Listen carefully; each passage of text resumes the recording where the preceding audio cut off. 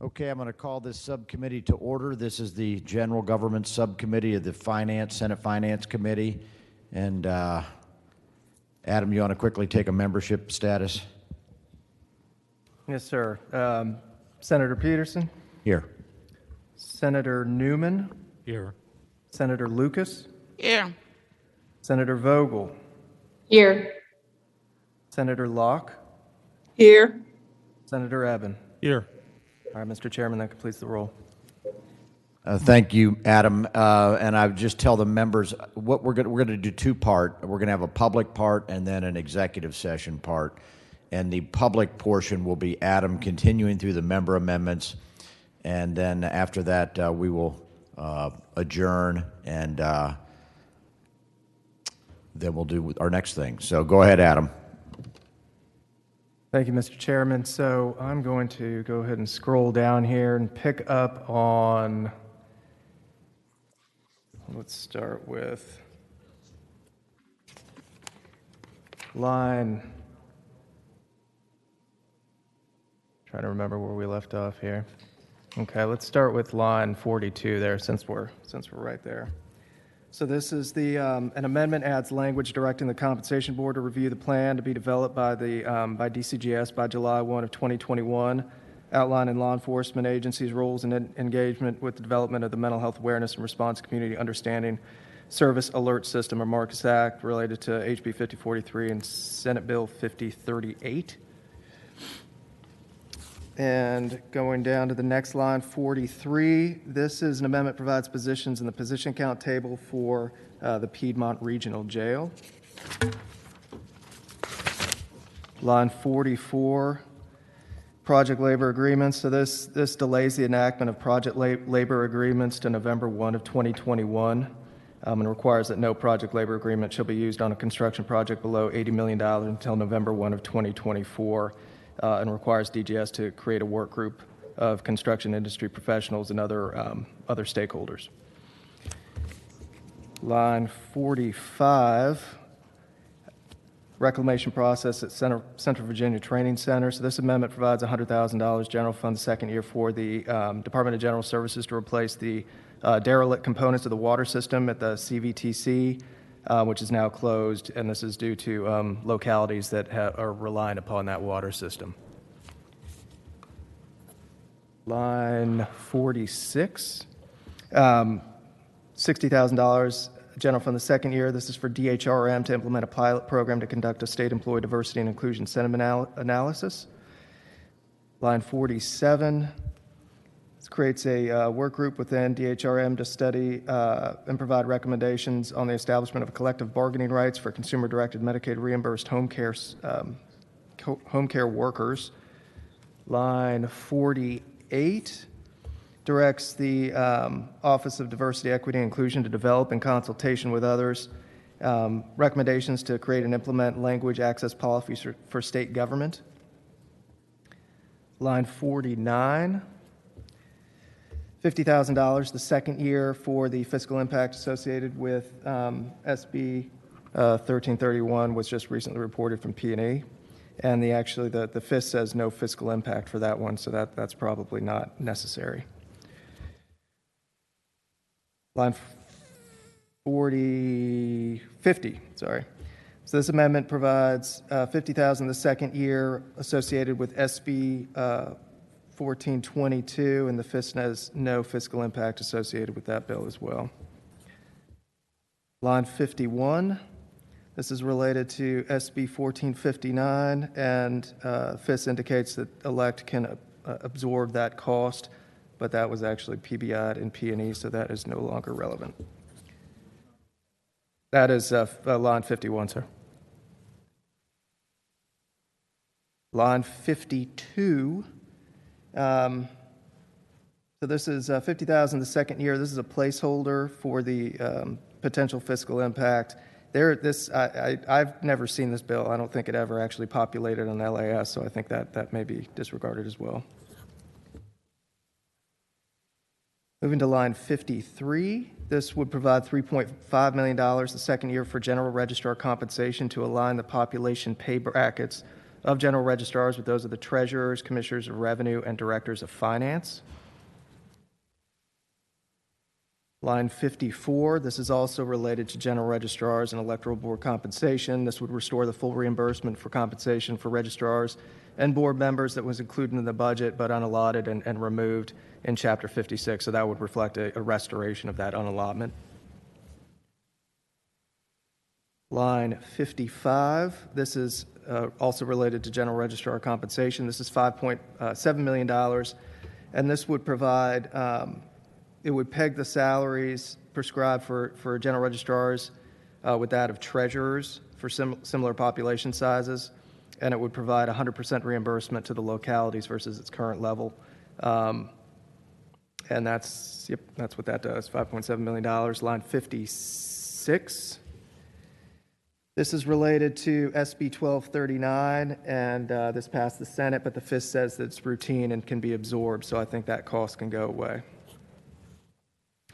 Line 57, this is related to SB 1153. It's in P&E, or was in P&E rather. The FIS says it's routine and may be absorbed as well, but I'll have to check on the status of that bill. Line 58.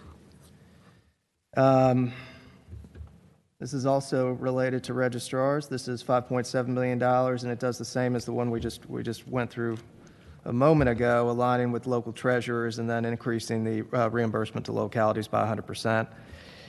Line 59.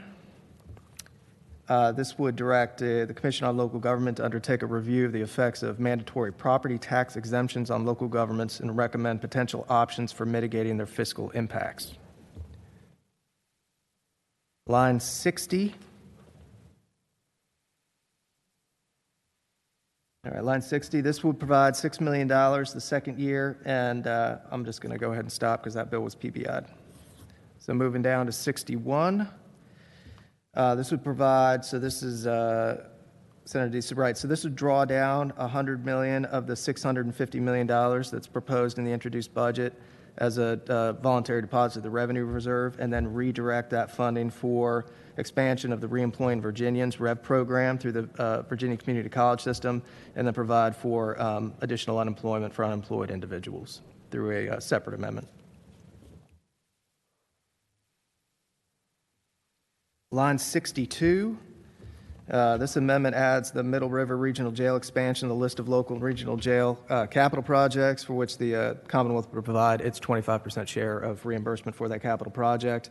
It's been approved by the Board of Local and Regional Corrections, and it's the state share would be $24.1 million. Yes, sir. All right, let me just walk. So that's 24.125 million in general fund dollars. No, it's non-general fund. I'm sorry. Yeah, no, that's not. That would represent the bond, the state share of the bond proceeds for the capital project that they would do. We do when the Board of Corrections approves a local expansion project, then or construction project, then we would take up the 25%. Why is that in our subcommittee and not capital outlay or public safety? It's because it's in the Treasury Board, and actually it was kind of a late addition, and it was in capital, and then but the funding actually exists and the item exists within the Treasury Board, which is finance, which is general government. All right, where was I? I think 63. So this would provide $6.5 million from the general fund, and this would defease the outstanding bonds of the Central Virginia Training Center.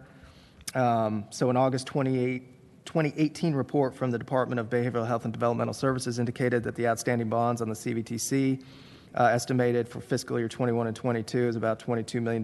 So this amendment would provide the first year funding for a 3-year plan to defease all of the outstanding bonds.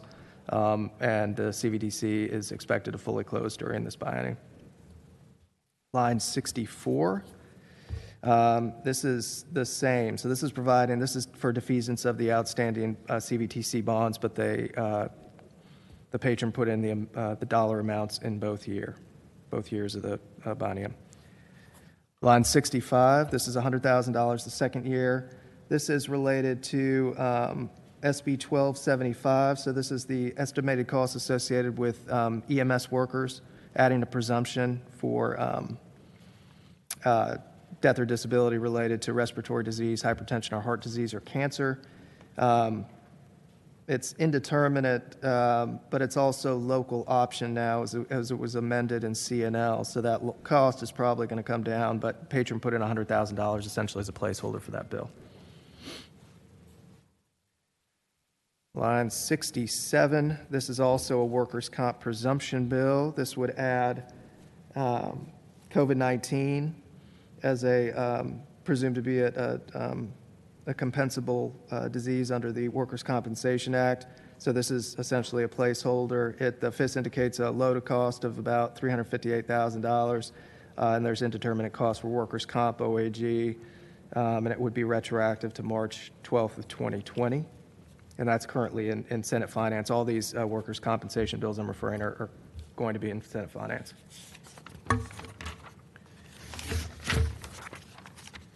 Moving to line 68.